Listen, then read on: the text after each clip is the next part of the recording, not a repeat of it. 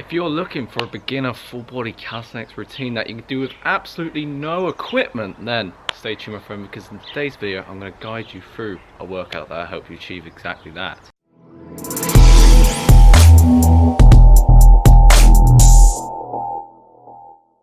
Crew members, welcome back to the channel, friends. How are you doing today? If this is your first time here on this channel, then make sure you subscribe to the channel and turn on post notifications, because if you're new to body training calisthenics and want to unleash your body's infinite potential, then you've come to the right place, my friends. So make sure you hit that button and turn on that bell so you don't miss a single video. And yes, my OGs, this is a bit unusual, a bit of an unusual scene, because, you know, I'm actually outdoors for once. And so with that said, I am going to do what I'm obviously not usually used to doing, not only filming outside but also doing a kind of follow along type of workout, which I will be doing that for you right now so you can follow along with that, and I will then be doing a cheeky voice memo as we do that. So, you know, let's just get right into it, shall we? Right, what is crack, my friends? So once we have finished a thorough warm-up, we are going to get into the first exercise, which as an absolute beginner we want to start with knee push-ups. So pretty much the same form cues, keeping the elbows tucked in by our sides. And what we're going to do is we're going to allow the knees to remain in contact with the ground at all times, so that we can then build the adequate strength to do, you know, full push-ups without assistance. And as you can see from this angle, keeping the elbows tucked in, pressing all the way up, and then lowering all the way down until our chest reaches the ground. Ignore Alfie. Well, Alfie, mate, what are you doing in the background? What are you doing in the background? But anyway, once this gets too easy, what you can then do is start banging out regular push-ups. Again, the exact same principles apply, which has been covered multiple times on this YouTube channel in different ways. And so once we have finished with this pushing exercise, we are going to move on to hitting the legs with split squats, in particular deep split squats. And before you ask, I can tell you'll be like, oh my god, Jake, what are you doing with your knees? But trust me, my friend, as I've learned from my coach Phil Chubb from the Mindful Mover, when you do these types of exercises where you purposely allow the knees to go far past the toes, it's actually a great way to strengthen the knees, as long as you do the right load, the right intensity, all that good stuff.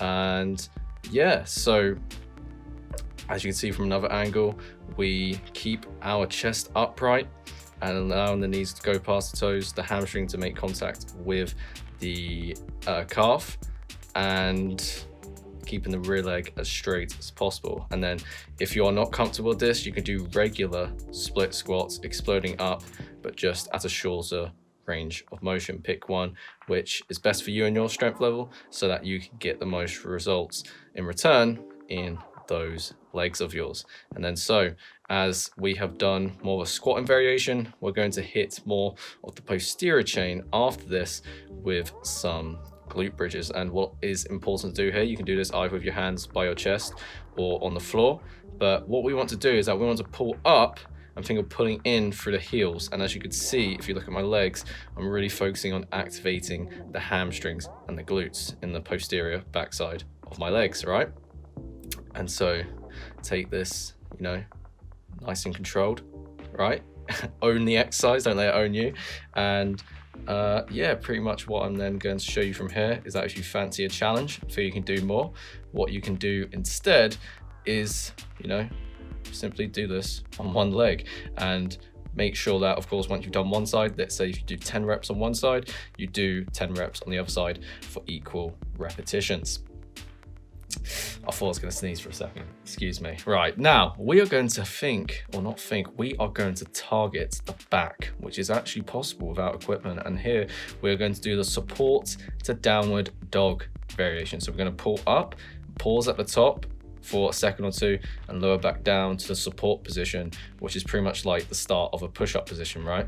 And what you want to do is that you want to think of pulling as much as possible from the back and the lower trapezius muscles. You don't want to push back from the glutes or the hips or the legs, because that just defeats the point of the exercise, and you're not going to get the best gains from the exercise either. So what I'm going to do after this rep is show you another angle of what this should look like. So you start in a push-up position and you come up, letting your scapula fully elevate to get that those full range of motion gains. And yeah, this should feel challenging if you are doing it correctly, focusing on using the upper body as much as possible, not using the legs whatsoever, except, you know, your feet being in contact with the ground, right? And then once we've done this, we are going to continue to hit the back as well as, you know, the rest of the posterior chains, such as the glutes, the hamstrings, the lower back, with arch body raises. And what we're going to do is really focus on pulling the shoulder blades down and back whilst lifting the legs up and keeping the knees relatively straight, activating all the muscles in the posterior chain. I'm talking, you know, the upper back, the lats, the erector spinae, the spinal erectors, the glutes, the hamstrings, calves, all that good stuff. And what you can do as well is that if you don't want to do this with your legs close, you can actually make this slightly easier by doing this with your legs straddled out wide to provide a larger base of support and ultimately allow you to get the most gains possible from your bodyweight workouts, right?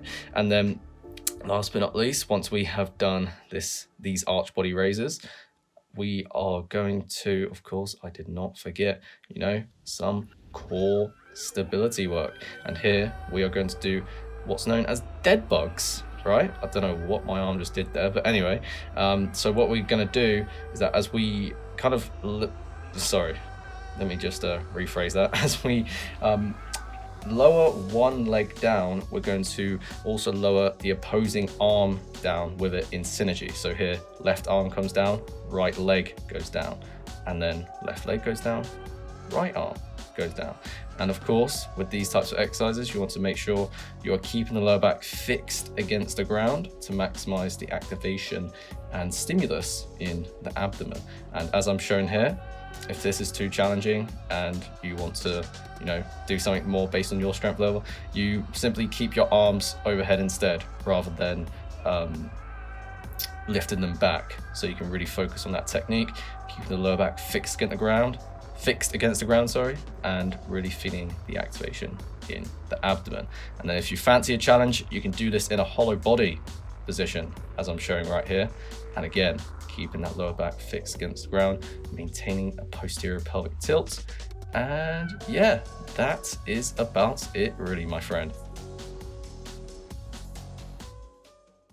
And so yeah, that is about it really, my friend. You can pick one exercise progression based on each movement pattern, based on your goals and your strength level and your needs. And typically what I would do right here is kind of right in front of me and Alfie right here, is give a template of what a workout for you may look like in terms of, you know, based on each movement pattern, how many sets you want to do, how many reps, rest time, all that good stuff, so that you can ultimately get the best workout possible, train your entire body, build muscle, lose fat, all, you know, without any equipment whatsoever, let alone a gym membership. And of course, if you are looking for further support, I do offer online coaching as well as free guides and resources, which you can see down in the description below for you to check out. If you like this video, make sure to give this video a cheeky thumbs up and comment down below that this video came in good hands to you, as well as what you want to see in the near future on this channel. I'll make sure to cover it for you so I can serve you to a high standard. As always, again, thank you so much for watching, and as a crew member of the Gainstraight Express, keep moving forward. Catch you next time.